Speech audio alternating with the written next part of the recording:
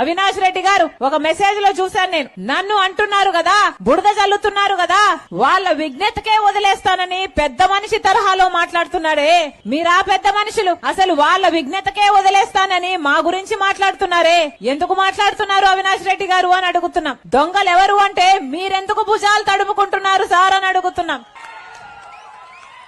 ఇన్ని మాటలు మాట్లాడే బదులు, మా గురించి మాట్లాడే బదులు అసలు కేసులో గూగుల్ మ్యాప్స్ కి హత్య చేసిన వాళ్ళకి మీకు సంబంధం ఎందుకుందో మాట్లాడండి. మీ కాల్ రికార్డ్స్, హత్య చేసిన వాళ్ళ కాల్ రికార్డ్స్ ఎందుకు మ్యాచ్ అవుతున్నాయో చెప్పండి. మీరు సిబిఐ ఎంక్వైరీ కావాలని జగన్మోహన్ రెడ్డి గారు సాక్షాత్తు ముఖ్యమంత్రి కాకముందు అడిగిన వాడు, ఆ తర్వాత సిబిఐ ఎంక్వైరీ ఎందుకు వస్తుంటున్నారో చెప్పండి. అసలు మీకు దాచిపెట్టడానికి ఏమి లేకపోతే, భయపడడానికి ఏమి లేకపోతే సిబిఐ ఎంక్వైరీ ఎందుకు వస్తుంటున్నారో చెప్పండి. ఆఖరికి పెద్ద మనిషి వివేకానంద రెడ్డి గొడ్డలి వేట్లకు బలయ్యి ఇల్లంతా రక్తం ఏరులై పారితే సాక్షి ఛానల్లో హార్ట్ అటాక్ అని చెప్పారే, ఎందుకు చెప్పారో మాట్లాడండి. ఇవన్నీ మాట్లాడకుండా దొంగలు భుజాలు తడుముకున్నట్టు మా విజ్ఞతకే వదిలేస్తున్నారట. ఎంత త్యాగమూర్తి, ఏమనాలే ఇట్లాంటి వాళ్ళు. వీళ్ళంతా ఈ రోజు నాయకులయ్యారు. ఒక రోజు ఇదే అవినాష్ రెడ్డి గారిని జగన్మోహన్ రెడ్డి గారు 5 సంవత్సరాల క్రితము ఎంపీగా పోటీ చేద్దాము అంటే ఆఖరికి నేను వివేకానంద రెడ్డి నన్ను నిలబడాలని ఎంత చెప్పినా కూడా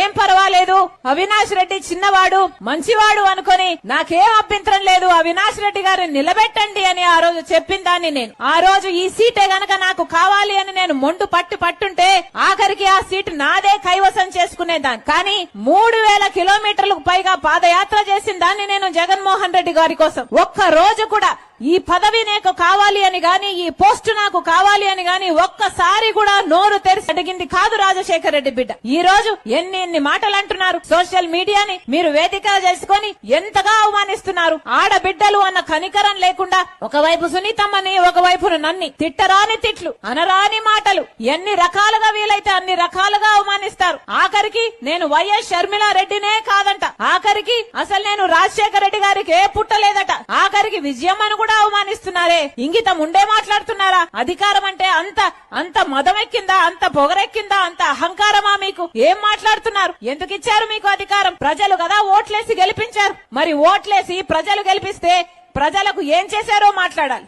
మళ్ళీ చెప్తున్నాం, ఎలాగైతే రాజశేఖర్ రెడ్డి గారు, ఎలాగైతే వివేకానంద రెడ్డి గారు కడప ప్రజలకు సేవ చేశారో, నమ్మకంగా ఉన్నారో, అందుబాటులో ఉన్నారో, రాజశేఖర్ రెడ్డి బిడ్డ ఈ రోజు కడప నుంచి పోటీ చేస్తుంది లోక్సభ. మీకు అందుబాటులో ఉండాలని, మీకు నమ్మకంగా ఉండాలని, మీకు సేవ చేయాలని ఆశపడుతున్నాం. దయచేసి కాంగ్రెస్ పార్టీ హస్తం గుర్తు మీద ఓటేయండి. రాజశేఖర్ రెడ్డి బిడ్డను గొప్ప మెజారిటీతో గెలిపించాలని ప్రార్థిస్తున్నాం. ఈ పోరాటం జరుగుతున్నది రాజశేఖర్ రెడ్డి గారి బిడ్డ ఒకవైపు, రాజశేఖర్ రెడ్డి గారి తమ్ముడు వివేకానంద రెడ్డి హత్య చేశాడు అని నిందితుడిగా చూపుతున్న, సిబిఐ నిందితుడిగా చూపుతున్న అవినాష్ రెడ్డి ఇంకోవైపు. మీకు రాజశేఖర్ రెడ్డి బిడ్డ కావాలో, లేకపోతే సిబిఐ నిందితుడిగా చూపుతున్న అవినాష్ రెడ్డి కావాలో మీరే నిర్ణేతలు. మీరు న్యాయం వైపు నిలబడతారో, అధికారం వైపు నిలబడతారో మీరే నిర్ణేతలు. మీరు ధర్మం వైపు నిలబడతారో, డబ్బు వైపు నిలబడతారో మీరే నిర్ణేతలు. మళ్ళీ చెప్తున్నాం, వివేకానంద రెడ్డి గారి ఆత్మశాంతి కోసం వివేకానంద రెడ్డి ఆఖరి కోరిక నన్ను ఎంపీగా చూడటం. మనస్ఫూర్తిగా ఆశీర్వదించమని రాజశేఖర్ రెడ్డి బిడ్డను మీకు బలమైతా, మీ బిడ్డనైతా, మీ బాధ్యతను తీసుకుంటా. ప్రతి ఒక్కరు హస్తం గుర్తు మీద ఓటేయండి. రాజశేఖర్ రెడ్డి బిడ్డ మీ అందుబాటులో ఉంటుంది, మీ బిడ్డ అవుతుంది అని మరొకసారి చేరి వచ్చిన ప్రతి అక్కకు, ప్రతి చెల్లికి, ప్రతి అన్నకు, ప్రతి తమ్ముడికి శిరస్సు వంచి చేతులు జోడించి మనస్ఫూర్తిగా ప్రార్థించుకుంటున్నాం.